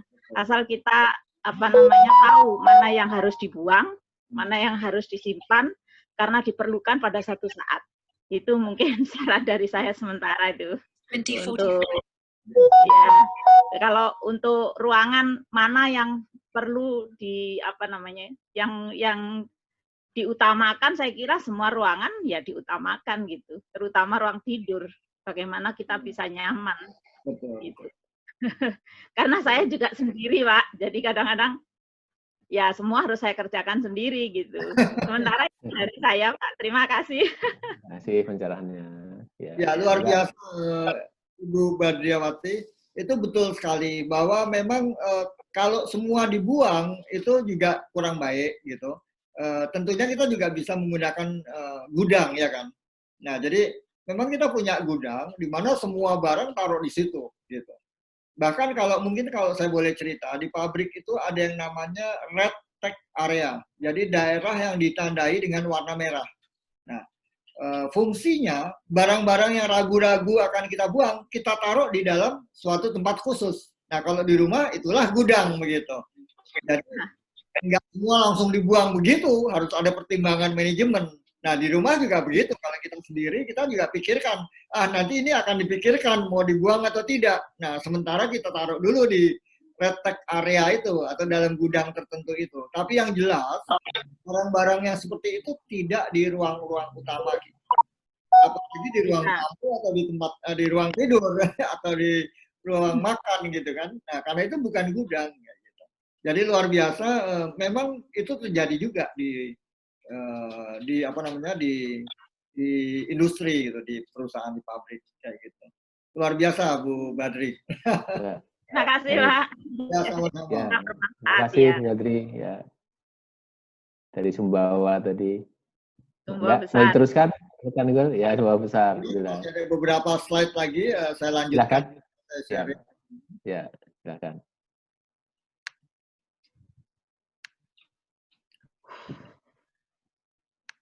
Ya, kita bisa kembali ke sini. Dari sistem scoring ini, itu banyak sekali hal-hal yang bisa bermanfaat untuk kita. Kalau di industri atau di pabrik, ini bisa menjadi sarana untuk saling memberikan prestasi yang sifatnya kompetisi. Jadi ada area tertentu skornya selalu bagus, ada area tertentu yang memang karena aktivitas itu rutin terjadi setiap hari, misalnya katakanlah area produksi, maka mereka akan kesulitan gitu untuk bisa mencapai bintang 3, ringkas dan rapi. Tetapi akan selalu terpacu juga untuk berusaha meningkatkan ke yang lebih baik, skor 4, 5, atau 6 begitu. Nah, jadi semangat kompetisi ini akan terjadi secara alami karena kita tahu bahwa nyaman dan asri itu perlu kita perjuangkan. Nah, di rumah juga begitu, masing-masing kita bisa klaim skor kita berapa dan yang terbaik bisa mendapat hadiah misalnya. Itu suatu budaya yang memang bisa kita latih dari lingkungan kita, dari keluarga. Siapa yang baik harus bangga, siapa skornya paling tinggi juga harus gembira bahwa dia ternyata bisa mengklaim nilai tersebut begitu. Nah, ini saya cerita begini karena memang di pabrik terjadi seperti itu, sehingga dalam suatu periode tertentu akan bisa dipilih siapa sih PIC terbaik dengan skor yang nilainya selalu baik. Nah, jadi ini membangun suatu kebanggaan kepada pencapaian suatu prestasi. Kalau kita biasa mendapatkan sukses-sukses kecil, maka kita akan terbiasa juga untuk menyelesaikan masalah, tantangan, dan sebagainya. Sehingga kita selalu mencoba memberikan yang terbaik tadi dengan ikhlas. Ini gambar yang tadi. Nah, mungkin ini slide terakhir ya. Jadi visual kuantitatif, standar nyaman asli 6 bintang itu perlu dicapai dan dipertahankan. Karena memang itu akan menyenangkan kita kalau di rumah. Dan selain menyenangkan, itu bisa meningkatkan berbagai macam nilai-nilai yang memang kita perlukan. Jadi misalnya kita membersihkan rumah, kita bisa sabar. Atau sudah bersih, kotor lagi, tiap hari kita perhatikan, kita antisipasi, kita bersihkan. Nah, itu melatih juga disiplin dan kesadaran. Dan terpenting, skor-skor tadi itu akan bermanfaat untuk kita sebagai individu karena kita melakukannya sesuai dengan kriteria dan keinginan kita. Jadi kalau memang keinginan kita sudah kita bisa wujudkan, sudah kita bisa bayangkan seperti apa, itu akan menyenangkan sekali. Karena kalau kita punya keinginan, pasti kita ingin menyelesaikannya dan begitu bisa dituntaskan, kita akan menjadi lebih gembira gitu, bahwa apa yang diinginkan bisa tercapai. Nah, jadi dari sini 5R itu pengaruhnya ke apa yang kita alami sehari-hari itu menurut saya sangat signifikan gitu. Nah, kalau kita keluarga besar, itu bisa membangun komunikasi di antara kita. Jadi katakanlah kita foto sesuatu yang sifatnya baik, sehingga akan menjadi bahan diskusi. Ini bagus loh gitu. Nah, nanti ada yang bilang, wah saya akan berusaha lebih bagus dari itu. Caranya gimana? Ya saya punya kriteria bintang nomor 6 bintang, dia mendefinisikan gitu kriterianya. Bahwa saya ingin nyaman, tempatnya itu tidak hanya bersih tapi juga wangi ya. Dipersilahkan aja gitu. Jadi ada bunga yang wangi atau kita pakai wangi ruangan dan sebagainya. Dan ini bisa menjadi bahan diskusi santai di keluarga. Jadi tidak selalu kita bicara yang rumit-rumit ya. Sekedar kita bicara santai bahwa saya minggu lalu melakukan satu inisiatif dan saya merasakan manfaatnya seperti ini. Kalau masing-masing dari kita terbiasa untuk menyampaikan opininya, maka akan juga membangun keakraban harmonis di keluarga, di mana masing-masing akan terintegrasi menjadi bertemu di suatu diskusi yang positif begitu. Nah, kalau ini biasa kita lakukan, disiplin, komunikatif, lalu kita saling menghargai, saling bisa menunjukkan opini, bersaing dalam konteks yang positif, menunjukkan bahwa sudah melakukan suatu inisiatif yang bermanfaat tidak hanya untuk diri sendiri tetapi juga untuk anggota keluarga yang lain, maka saya yakin daya saing keluarga akan bisa menjadi baik begitu. Dan semua dimulai dari keluarga. Kalau di keluarga kita bisa menunjukkan suatu prestasi yang memang kita bisa bicarakan dengan bapak, ayah, ibu, adik, kakak dan sebagainya. Di pekerjaan juga saya yakin akan sangat pengaruh gitu. Jadi sebetulnya vice versa, kita mempelajari hal baik di pekerjaan atau di perusahaan, atau kalau dalam konteks saya melihat semua itu di pabrik dulu, saya coba bawa ke rumah, atau dibalik, di rumah kita biasa seperti itu, sehingga dalam keluarga kita juga akan bisa mengimplementasikannya gitu. Jadi vice versa. Dan yang terpenting ini cross team audit bersama, ini menjadi tanggung jawab kita semua, tanggung jawab bersama. Mungkin bukan hanya dari sisi tanggung jawab aja, menjadi suatu kebiasaan yang kita perjuangkan untuk kita lakukan bersama-sama. Saya pikir menyenangkan sekali. Jadi kita punya satu kebiasaan yang bermanfaat untuk kita semua dalam rumah begitu. Apalagi dalam konteks work from home, saya pikir luar biasa sekali. Kita mau pergi nggak bisa, ya kan? Kita mau ke mall takut ketularan. Jadi ya otomatis rumah ini menjadi perhatian utama kita gitu. Kira-kira seperti itu rekan-rekan semua. Silakan kalau ingin ada yang menanggapi atau kebetulan terpikir tentang sesuatu, dipersilahkan. Ya, kita sharing aja gitu. Silahkan, ada yang ini luar biasa. Saya nyoba tadi menerjemahkan yang 5S tadi tuh. Kalau saya ini kalau nggak salah organisasi ya, rekan Unggul ya. Seiton, Rapi. Seiton, Seikutsu, Shitsuke. Kalau ya. Setsu itu apa terjemahannya? Tadi saya coba lihat di Google Translate. Saya terlalu hafal dari 5S menjadi 5R. Tapi kalau 5R saya hafal sekali luar kepala. Iya. Indonesia. Jadi 5R-nya yang versi bahasa Indonesia itu ringkas, rapi, resik, rawat, rajin, gitu. Kalau tadi saya coba lihat terjemahan yang pertama itu organisasi, rapi, terus ada kitab, ada bersih, ada disiplin. Ini yang apa seperti itu kok jadi beda? Ya, mungkin yang terakhir Bapak sebut itu disiplin. Disiplin. Kalau di yang R-nya itu ringkas. Ada satu lagi buat jarak, puasa. Rajin. Jadi rajin Nggak ini boleh banyak-banyak makan malam. Dengan disiplin kayak gitu. Ya. Ya, jadi memang ya itulah bahasa, hebatnya bahasa. Iya, bisa punya ini ya, pemahaman yang sama dengan yang kita lakukan di ini ya, sedang diimplementasikan di perusahaan ya. Betul. Gila. Apalagi di rumah nanti ini sebaiknya ini ditempel di rumah ini untuk mengingatkan nih. Jadi kamar ini skornya berapa, ini lebih menarik untuk bikin kayak lomba begitu ya, ada reward punishment gitu. Ya, bisa aja. Bisa kita print. Ada Ibu Nong Ima dari Banten, raise hand. Silakan dibuka. Mengaktifkan videonya. Pak. Terima kasih. Silakan. Nama di Serang, Banten. Salam kenal Pak Unggul, kemudian Dr. Agus. Siap. Terima kasih. Ini waktu saya diinfo oleh Uni Cici dari Asati, beliau yang rajin info tentang komunitas ini. Temanya sepintas sepertinya simple dan sebetulnya buat saya sih sebetulnya hampir tidak tertarik tadinya. Apa sih itu ininya gitu? To be honest, tapi ngelihat itu ya, oh iya, karena tentang karena itu apa judulnya home family. Ya, home family. Ya karena saya sedang tidak memiliki family dalam arti putra dan suami, tapi saya punya family orang tua dan saudara tentunya. Kaitan dengan tadi yang sudah disampaikan Pak Unggul, saya mungkin ingin share sekaligus mungkin ingin bertanya tentang bukan kebiasaan tapi apa ya namanya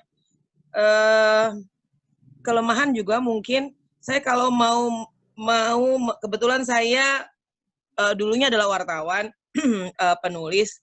Jadi kalau mau menulis atau mencurahkan ide, saya nggak bisa muncul kalau ngelihat ruang kerja atau spesialnya ruang kerja dalam kondisi yang berantakan.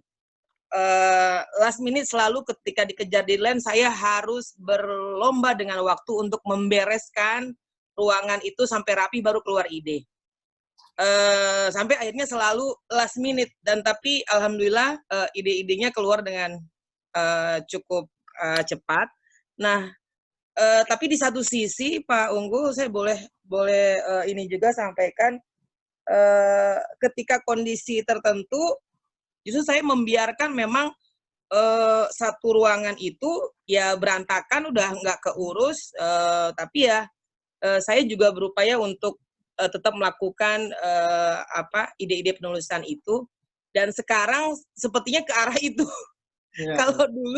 Kalau dulu saya harus rapih dulu baru kemudian keluar ide. Sekarang udah kayak nggak peduli gitu.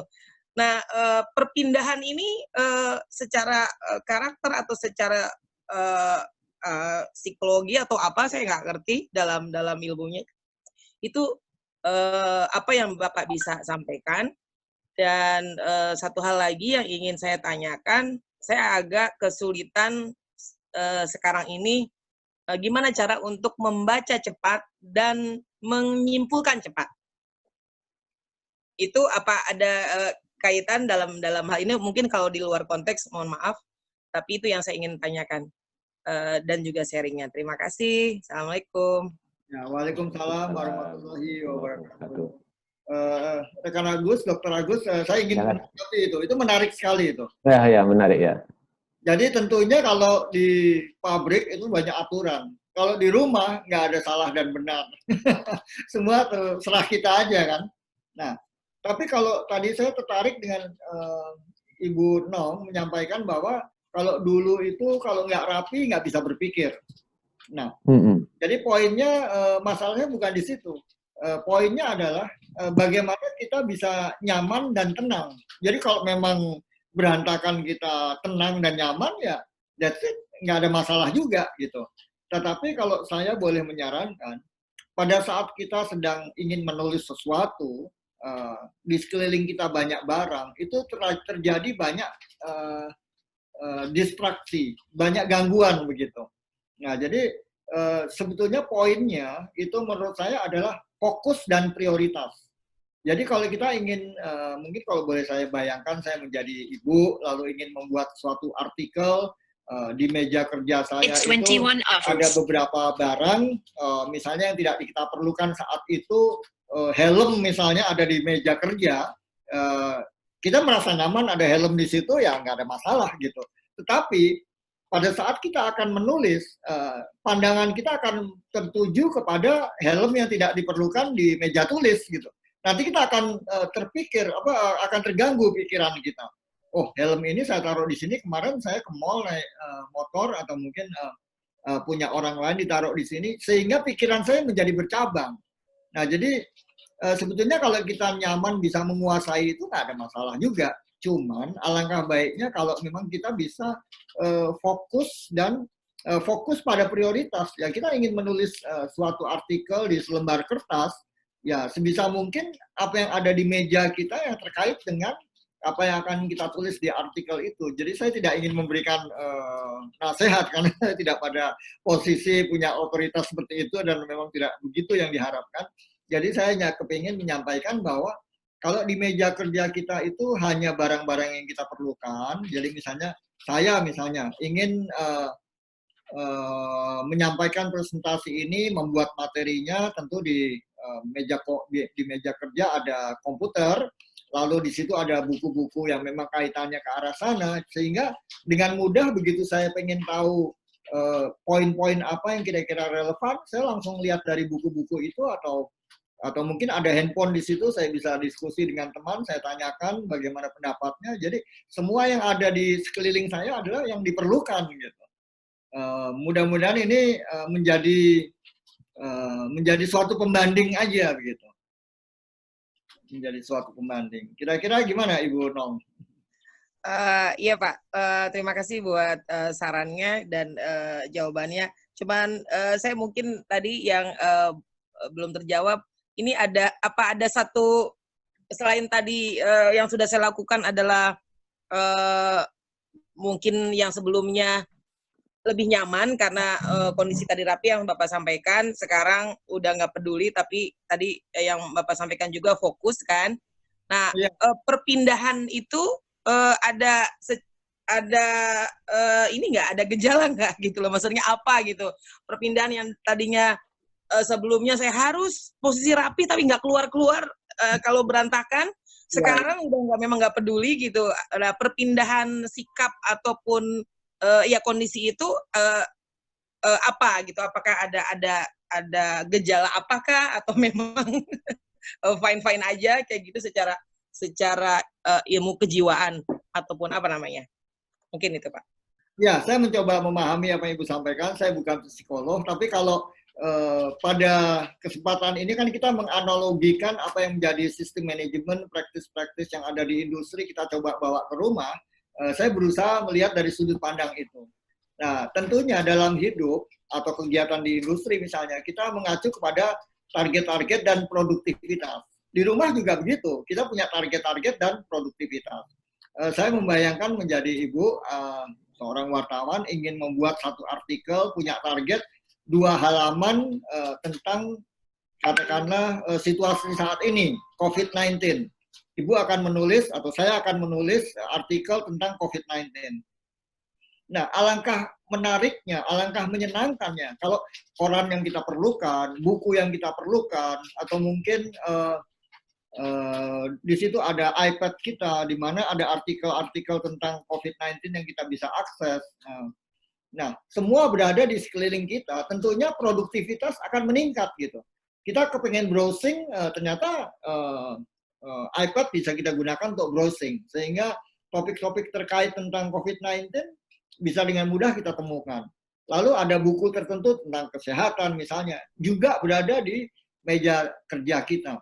Nah, jadi paradigmanya di sini kita bisa meningkatkan produktivitas dan kualitas dari apa yang kita lakukan. Tapi itu dari sisi bahwa memang kita membutuhkan banyak hal yang diperlukan untuk menyelesaikan sesuatu. Tapi kalau dilihat dari sisi bahwa kita memang sudah betul-betul kompeten gitu, kita tidak memerlukan sumber-sumber lain, ya semua bisa terlaksana dengan baik begitu. Jadi walaupun meja kerja kita ada barang-barang yang tidak diperlukan, misalnya tadi ada helm atau ada radio, kita tidak akan terpancing menyalakan radio sehingga akhirnya berhenti menulis dan mendengarkan radio begitu. Karena kita udah kompeten gitu, ya kan. Nah, jadi kalau yang memang betul-betul kepingin fokus di awal, lalu punya prioritas, radio nggak akan kita taruh di meja kerja gitu, karena nanti akan mengganggu pikiran kita. Ya, saya mencoba menanggapi Ibu seperti itu gitu. Siap Pak, terima kasih sudah terjawab. Terima kasih, Bu Nong. Terima kasih Pak. Ya, ini nggak terasa ini waktunya udah bergulir terus ya. 21.55 menit. Ya. Bagaimana ini rekan Unggul ini bisa saya open, kalau memang ada yang ingin sharing sesuatu, dipersilakan 1 atau 2 orang lagi. Tapi kalau memang kita akhiri juga nggak apa-apa gitu. Ini maaf tadi yang cara membaca cepat dan mengkonklusikan dengan cepat, ada yang bisa sharing kah? Ini nanti ada waktu khusus, ini kayaknya ada pernah Dr. Edi mau bicara masalah itu, Bu Nong ya. Nanti ada materi khusus itu. Oh, oke. Oh ya, iya, nanti ada pembelajar materi khusus, ada yang lebih siap. Gitu ya. Oke. Thank you, Pak. Kita tunggu aja ya.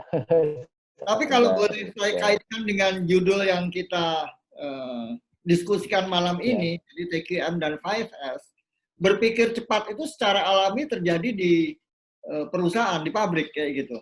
Jadi katakanlah kita udah punya satu situasi, skornya 1. Ada barang-barang yang tidak diperlukan di tempat itu. Otomatis kita review bersama, kita ulas bersama, kenapa kok terjadi? Kenapa ada barang-barang yang tidak diperlukan ada di tempat kerja kita? Nah, itu otomatis sudah mengulas dengan cepat, sehingga kita improvementnya akan bisa kita peroleh, ya dengan jelas ya barang-barang tidak diperlukan dipindahkan begitu. Nah, jadi berpikir cepat seperti itu otomatis terjadi di pabrik gitu. Jadi tiap pagi pada saat kita inspeksi, nomor 1 begitu kita menyadari bahwa skornya hanya 1, karena kebetulan di lab misalnya ada sapu, ya itu udah langsung kita take action bahwa sapu kita hilangkan begitu. Nah, sama juga analogi dalam hidup rasanya bisa dikorelasi ke sana. Jadi misalnya kita mau bepergian terus ternyata kunci mobil nggak ketemu, nggak jelas siapa yang terakhir pakai, apakah anak, apakah istri, ataukah mungkin ada yang lain. Jadi kita antisipasi bahwa kita selalu taruh kunci mobil di tempatnya. Jadi berpikir cepat dengan solusi yang tepat, mengambil keputusan sesuai dengan masalah yang ada begitu. Ya itu yang saya tanggapi gitu, rekan Agus. Terima kasih, Gul. Ini ada satu chat lagi untuk terakhir nih ya. Saya hanya share pengalaman dari seorang sahabat, ini dari Bumbung ya, yang punya kebiasaan berbeda dengan saya, di mana orangnya rapi, resik, dan sangat higienis. Berbeda dengan saya. Contoh sebenarnya setiap habis sholat, dia akan melipat mukena dengan rapi. Dan sangat rapi seperti bungkusan baru dibeli. Memang ada ya orang-orang yang terbiasa hidup seperti itu ya, bukan mungkin barangkali tentang karakter atau apa ini ya, rekan Unggul. Iya, betul. Itu ada, Pak. Jadi, katakanlah di suatu inisiatif tertentu, pasti ada distraktornya gitu. Jadi ada beberapa persen. Dan itu bahaya sekali, karena katakanlah kita bersepuluh di suatu office misalnya. Satu orang sangat enggan untuk sepakat bahwa kita pengen mencapai objektif tertentu. Nah, satu orang ini menjadi distraktor, dan itu bisa mempengaruhi yang lain begitu. Nah, jadi tentunya bukan berarti kita harus mengucilkan dia, tapi sedemikian rupa mereka-mereka yang memang belum sejalan dengan kita itu perlu diajak. Kita perlu yakinkan bahwa ini perlu gitu. Dan caranya bagaimana? Ya itu kembali ke konteks-konteks yang lain, misalnya leadership, role model. Kita tunjukkan bahwa dengan ringkas dan rapi bermanfaat untuk kita. Dengan menggantungkan kunci di tempatnya setiap hari, ya kita dengan mudah bisa menemukan kunci mobil sehingga kita tidak pusing pada saat kita mau pergi begitu. Ya mungkin seperti itu, role model Pak. Alhamdulillah. Baik. Role model dan menyampaikan bahwa manfaatnya penting untuk kita semua. Alhamdulillah, ini pembelajaran yang luar biasa dari rekan Unggul. Terima kasih sekali ya. Hanya sharing aja Pak. Kecil tapi luar biasa hasilnya kalau dilakukan ya. Frekuensinya terus sering tiap hari, apalagi sudah berpikir langsung skornya 6 terus itu. Tadi mesti wah udah gak ada yang berantakan begitu ya. Insya Allah kita saling mendoakan dan rekan Unggul bisa tetap sehat, bisa berbagi kepada kami ya. Terima kasih Pak rekan Unggul setelah sharing. Ada mungkin kiat terakhir, mau statement terakhir, mau enggak yang begitu sebelum akhiri? Ya, terima kasih rekan Agus, Dr. Agus. Jadi saya pikir topik yang kita bawakan ini itu mungkin dari budaya Jepang. Kita belajar dari negeri yang jauh dan tentunya kalau mereka bisa maju, kita melihat hal-hal positifnya. Jadi buat saya mungkin juga saya sampaikan kepada rekan-rekan, bagaimana kita bisa selalu berpikir positif, berprasangka baik, bahwa di setiap area itu pasti ada kurang lebihnya. Dan kalau kita berusaha mendapatkan apa yang baik dari setiap hal-hal yang bervariasi itu, manfaatnya akan kembali kepada kita gitu. Jadi kita usahakan untuk selalu melihat hal-hal baik tersebut. Saya pernah melihat ada video, ada tawon dan lalat. Tawon itu selalu akan berusaha mencari bunga, mengambil madunya. Walaupun tanaman yang dia lihat itu berada di tumpukan sampah, dia akan melihat bunga dan mengambil madunya. Nah, sebaliknya lalat di tempat yang bersih, sebersih apapun, katakanlah di mall yang bersih, lalat pasti akan hinggap di suatu tempat yang kotor gitu.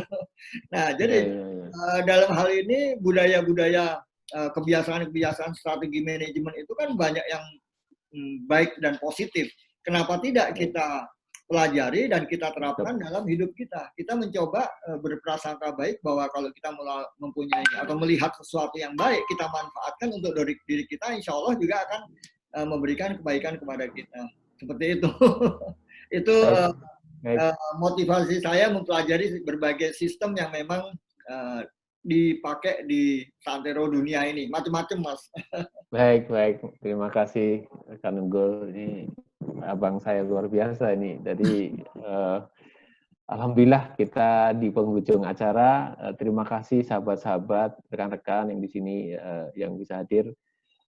Baik, kita akhiri dengan membaca hamdalah. Ya, kita bersyukur kepada Allah. Kita ada pencerahan ilmu meskipun kecil, tetapi nilainya sangat berarti sekali karena ini dari basic keluarga dan itu bisa menyebar, menular ke seluruh penjuru dunia untuk jadi manusia unggul insya Allah dan berkarakter mulia.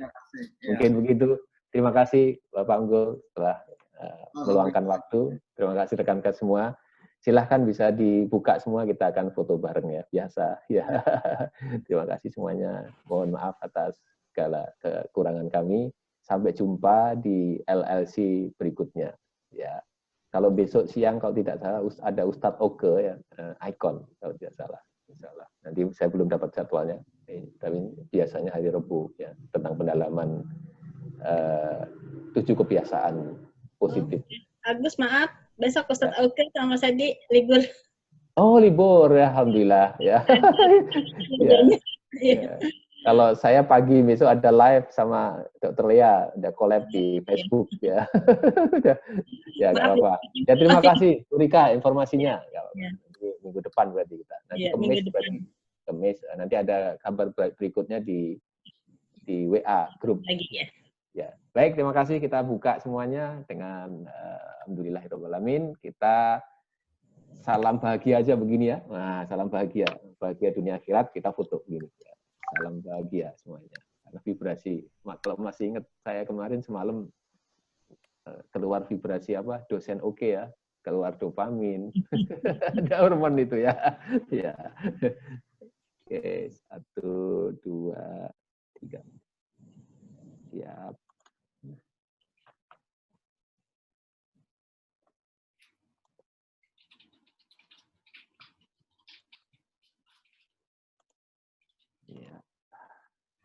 satu sesi lagi, bentar, 16. Baik. Oke.